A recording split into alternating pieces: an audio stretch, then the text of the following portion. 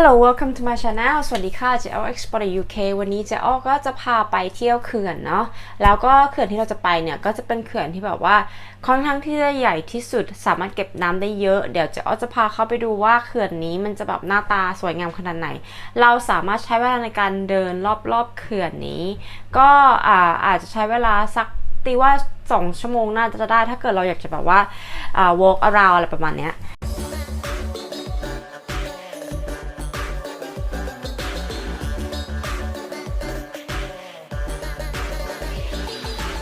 แต่ก่อนหนึ่งที่เจ๊อ้อจะไปเจ๊อ้อมีแบบว่าเกมอะไรมาฝากที่ประเทศไทยเนี่ยถ้าเล่นหวยเถื่อนเนี่ยถือว่าผิดกฎหมายใช่ไหมแต่ขอบอกว่าไม่ได้ว่าอย่างนี้คนตีว่า 90% ของคนไทยส่วนใหญ่เลยเล่นหวยเถื่อนโต๊ดลงโต๊ดบนโต๊ดล่างหวยนี้เป็นเรื่องแบบกิจวัตรประจำวันแล้วการพนันที่ประเทศไทยนี้แบนใหญ่มากคือแบบว่าเขาไม่อยากให้เราแบบว่าติดการพนันอะไรประมาณนี้แต่ที่ประเทศอังกฤษเขาสนับสนุนเขาอยากให้คนส่วนใหญ่เนี่ยแบบว่าเล่นเป็นเกมแต่ว่าก็อยากให้เราติดนะวันนี้เจ๊อ้อก็จะมีแบบว่าเกมเป็นเขาเรียก scratch card ก็คือแบบว่าเป็นบัตรขูดที่แบบว่ารับรางวัลถ้าเกิดขูดดีอันนี้เจ๊อ้อซื้อมา3 ปอนด์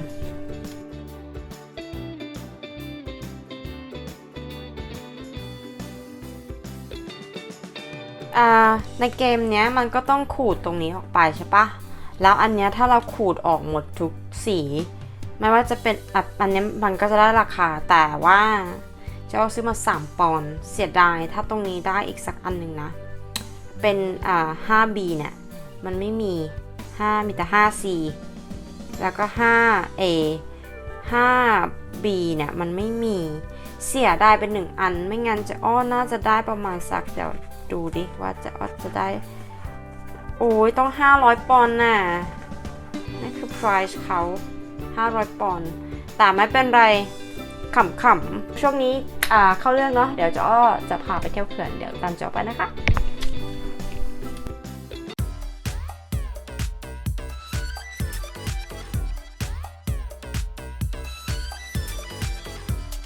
สวัสดีค่ะเจอ้อตอนนี้เจอ้อก็อยู่ที่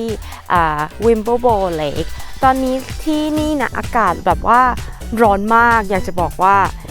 ตอนนี้อุณหภูมิอยู่ที่ประมาณเกือบ30 องศาจะบอกว่าร้อนโคตรข้างหลังนี้เราจะได้ยินเสียงคนแบบว่าเข้ามากระโดดน้ำแบบตูมมากเราก็วันนี้เจอ้อก็เลยจะพามาแบบว่ามาเที่ยวนิดนึงเดี๋ยวจะพาไปดูบอกว่าที่นี่มีอะไรบ้าง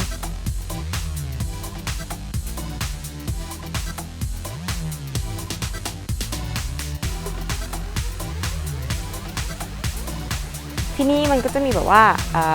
มีเรือพายแล้วก็ถ้าเกิดเรามีแบบว่าพัดเดิลโบ๊ทอย่างเงี้ยแบบเหมือนเรือพัดเดิลโบ๊ทคนที่นี่เขาก็จะเอามาแล้วก็มาพายใช้แบบว่าอยู่วันหนึ่งเขาก็แบบว่าใช้ให้คุ้มว่างั้นเถอะแล้ววันนี้เป็นวันอาทิตย์ด้วยคนส่วนใหญ่เขาก็จะแบบว่านะมาชิลๆกับแฟมิลี่นิดนึงก็จะพามาดูบรรยากาศ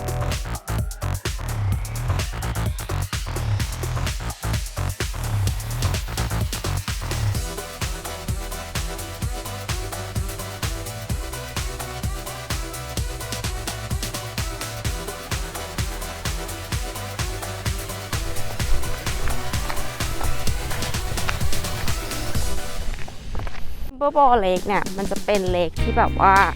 ใหญ่แต่เป็นแมนเมดก็คือเขาขุดขึ้นมาเองแล้วเขาก็เป็น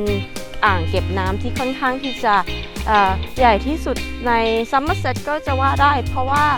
มันถ้าดูจากแมปแล้วค่อนข้างค่อนข้างที่จะใหญ่มากเจ้าก็ไปวันนี้เก็บเอาโดรนช็อตมาด้วยก็เดี๋ยวจะพาไปเดี๋ยวไปดูนะคะอันนี้จะไม่พูดมากให้ภาพบรรยายว่าที่นี่เป็นยังไงมีอะไรทำก็มาใช้ชีวิตได้แนะนำว่า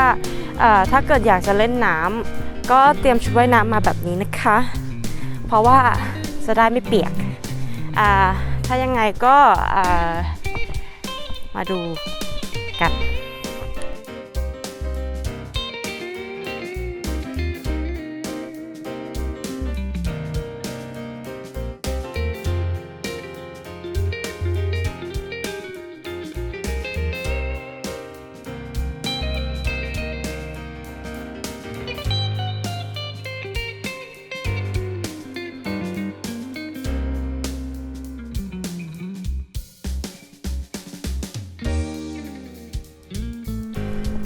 เราจะเดินไป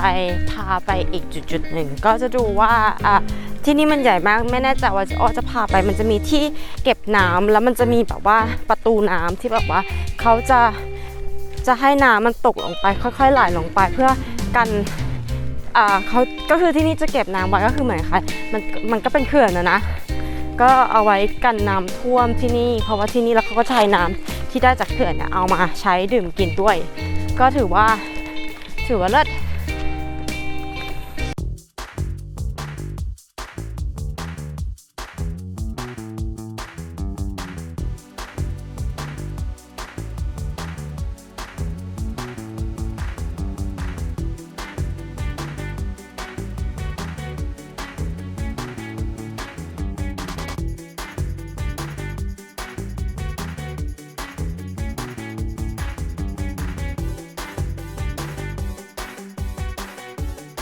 เขาก็จะมาซื้อเรือที่นี่แล้วเขาก็จะพายเรือออกไป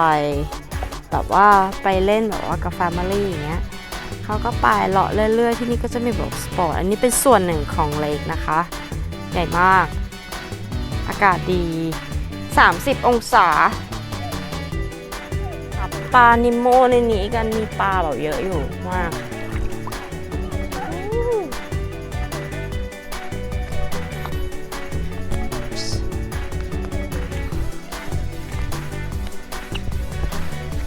เหนื่อยก็พักได้นะจ๊ะ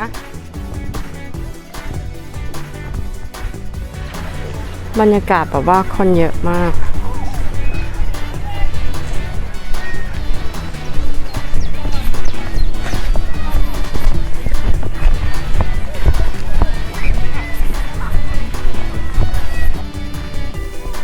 This activity center, you can actually hire a boat here.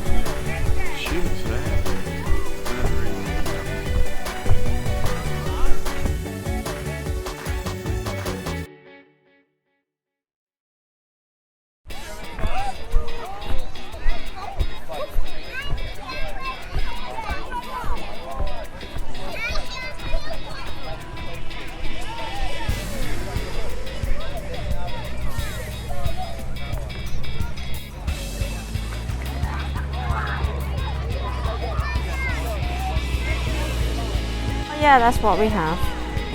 Like a twin-seater kayak. และยังไงก็อย่าลืมกด subscribe ให้เจอด้วยนะคะ ถ้าชอบ explore กับเจอก็มาติดตามแล้วเจอจะพาไปเที่ยวบ่อยๆ แล้วจะพาไปไหนอะไรยังไงก็เดี๋ยวมาดูกันนะคะ สวัสดีค่ะ